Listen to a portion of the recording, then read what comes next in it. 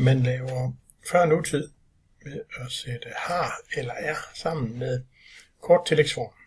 For eksempel, jeg har snakket, eller jeg er kommet. Man bruger før nutid om noget, som er sket, eller har været på et ubestemt tidspunkt. For eksempel, jeg har været i København mange gange. Har du snakket med ham? Man bruger før nutid om noget, der handler om fortiden, men som stadigvæk er aktuelt. Jeg har gået på kursus i 3 måneder, og det gør jeg stadigvæk. Man bruger før nutid sammen med nutid, når man fortæller om noget, der er sket. For eksempel er der den her, hun er sur, fordi hun har sovet dårligt.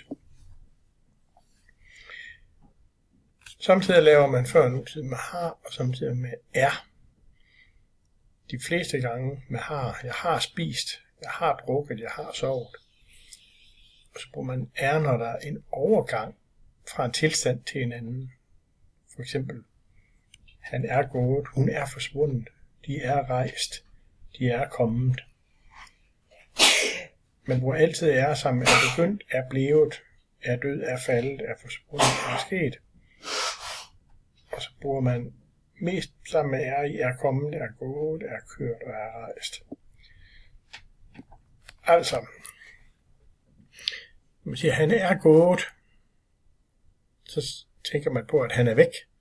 Men hvis man siger, han har gået 10 kilometer, han har gået og gået. Hun er flyttet, og nu bor hun et andet sted. Men hun har flyttet bordet. Bordet står et andet sted. Det vigtigste, I lægger mærke til, er, at man kan lave sådan før nutid, enten med har eller med er, og så er det en god idé at lytte til, hvordan det bliver brugt, og prøve at lære det på øret.